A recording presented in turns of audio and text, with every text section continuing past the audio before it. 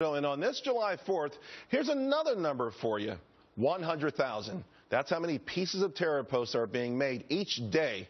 Authorities are doing their best to track them and to take these suspects down here, but say they need social media companies to step up. Are they right or are they wrong? To Charlie Gasparino, Jerry Willis, Scott Martin, along with Adam Lashinsky and Lisa Booth, Dagan McDowell, and Ben Stein will be back next week. Social media, what's their role in helping us defeat these terrorists? Well, look, I think they should get in front of Congress doing something stupid like passing a bill to force them to do something. What they should do is get involved on their own. Patriotism. They should track these things down, not just kill the accounts out, but share the information with federal authorities. That's their responsibility. Although, Lisa, then someone may bring up this little thing called the First Amendment. Well, right, but look, I don't think that it's their, by no means is it social media companies' jobs to fight the war on terror, but I think they have a moral obligation to do so. As you mentioned, ISIS is posting, 100,000 social media messages per day. They're using those messages to recruit people across the world and also to push propaganda. So yes, absolutely, these social media companies have a moral obligation to do whatever they can to help fight ISIS. I got to tell you, too, Scott, here's the thing that I have a real serious problem with. This notion of self-radicalization, that's a bunk. That's not a real term. Now, these are dissatisfied kids who can be swayed, but they must be wooed. They must be pulled in. No better platform than these social media sites, and these guys got to know that, and they probably should step up their responsibility.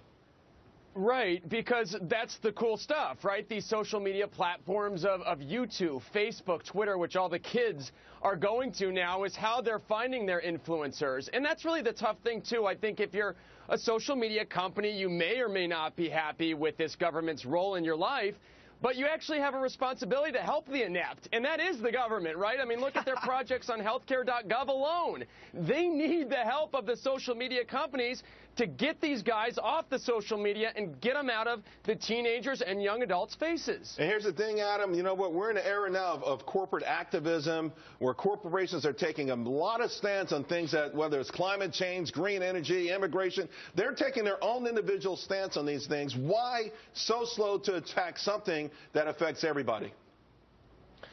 Well, you raised it yourself, Charles. There are First Amendment issues. It's an interesting situation. These companies typically don't own the intellectual property. So, for example, Fox or a newspaper takes responsibility for all the things that happen on its platform, on its networks, in its newspaper. Twitter and Facebook, LinkedIn don't. That belongs to the people who post on it. Now, I think they should help governments, but governments need to go through they really do need to check all the right boxes and make sure, look, we really another believe. bureaucracy. I would just say that, we take the Constitution very seriously, especially on the country's birthday. Adam, do you advocate Fox to take an active role helping government address terrorism? I mean, that's what we're getting here. I mean, I understand your notion who owns the tweet or who owns the Facebook post. But should Fox, should CBS actively, hand in hand with government, address terrorism? Well, that's not our job. The media organizations should. Let me make my point. It's one thing. I thought you wanted me to answer your question. But let me just say this. It was rhetorical. It's rhetorical. It's one thing for. Thank you for clearing that up, my friend. It's one thing, I think, for Twitter or Facebook to know that terrorists are actively, a terrorist account is an active terrorist account. That account should be shut down. That's illegal behavior. It's another thing, I think, for any sort of news conduit, and that's what these are, whether it's us or them, to actively engage hand in hand with government. Hold on one second, Charlie. I want to ask you, Jerry. Jerry, do you think if someone is saying, hey, listen, join our movement, even though it is ISIS, listen, I don't know, we can all wear our lawyer hats when we try, but I don't know that that's necessarily illegal to say I believe in something, even if it's. I'm not talking about somebody who says I believe in something. I'm talking about somebody who says, meet me on the corner of 5th Avenue and 45th Street, and we're going to blow something up. But that's illegal activity. That account should be, that should be handed to the government. And that's where it starts.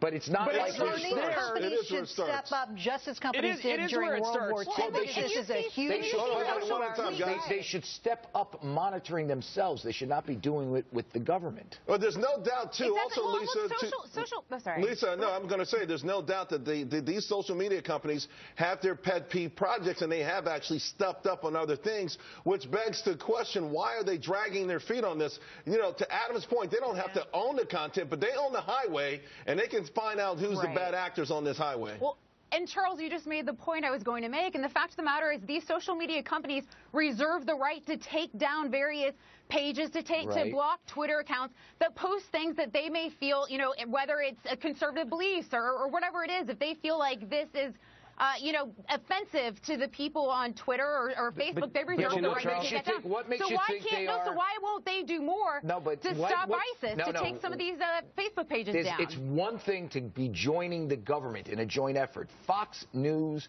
Fox Business, news organizations do not join the government. We don't want to set that precedent. If we know that our product is being used... I want to tell you, I want to ask you this, because I don't know that we're asking them to join the government at the hip. We're asking them to be vigilant. The big word out there for anyone: hey, if I'm walking in Times Square and I see someone drop a box somewhere and walk away, it's my duty as a citizen, Adam, to say something. I just think this is if see something, say something applied to the corporate world. I agree, and I can split the difference between what you and Charlie are saying. I think it's media organizations' responsibility to be responsive to the government when they ask for help. But let's also make one point that's very important here. Would you? I mean, we're talking precedent here, First Amendment. Would you have printed the Pentagon Papers? Richard Nixon said that was a national security issue. You've given up secrets. That's what Richard Nixon said. It put our men in jeopardy. Scott, I want to get to Scott Martin, because I'm not sure that the Pentagon Papers did, and I agree. I wouldn't equate that to ISIS at all. Somebody sending a text out of, you know, some ISIS guy saying, hey, listen, we want you to go and behead everyone in your neighborhood tomorrow morning. Not the same as necessarily as the Pentagon Papers, but I had this discussion earlier in the week with Judge Napolitano, and he is a serious advocate of the Constitution. You know, he's a libertarian, but he thinks this is an area where free speech is free speech, even if it's hate speech, and we should not, even corporations, violate that.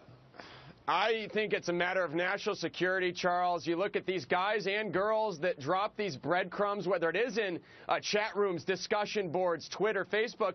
I mean, these are the tells. These are where these guys and girls sit, and all of a sudden they have this blow up on social media, and then guess what? 3 hours later, they're in the street shooting everyone. That's what you're going to take care of. Hold on one second. Go ahead. There is a difference between hate speech. Let me make the point here. There is a difference between hate speech, and there is a difference between advocating illegal activity, and I think that's where these social media companies draw the line. It sounds like you're going to miss people like that, though. Scott and everyone, it sounds like we're almost all in the same area. Right. Like, it feels like none of us have a real problem with this. And Adam, we were really hoping you would. But there are people out there that do have a problem with it, and they are saying, listen, this is the July 4th. We're celebrating our freedoms, but with those freedoms came a set of documents that allow people to say hateful things that might turn into action, but where do you draw that line? Where do you make that distinction? Isn't it good that you have social media that at least they're out of the woodwork? I mean, you can monitor social media. This is the point I've been trying to make. That's my point. Well, you know, people say 100,000 sounds like a lot. Listen, we've covered high-frequency trading. Right. You apply those same algorithms to the Internet, and we could be taking these guys down left and right, although we had almost everyone that gets Charlie, caught, right? Who knows if social media doesn't keep those guys in the woodwork. But why does Facebook or Twitter need the government for that? They actually don't. They don't. And why does the government need Facebook? I don't think the government is pressing them. Facebook and Twitter aren't calling the police. Well, I think. Go ahead, Charles, Lisa. Charles, as you mentioned before, I think it's clear to draw the lines that what we're saying and what a lot of people are saying on the show is that the social media companies should do this independently. This shouldn't be any sort of federal government mandated thing, because that's where we would draw the line, and that's where it would be wrong. But look, and there is a flip side to social media as well. I know you guys remember the ISIS fighter in Syria who posted a selfie of himself, and moments later that building was blown up and he died. All right, guys, let's leave it there.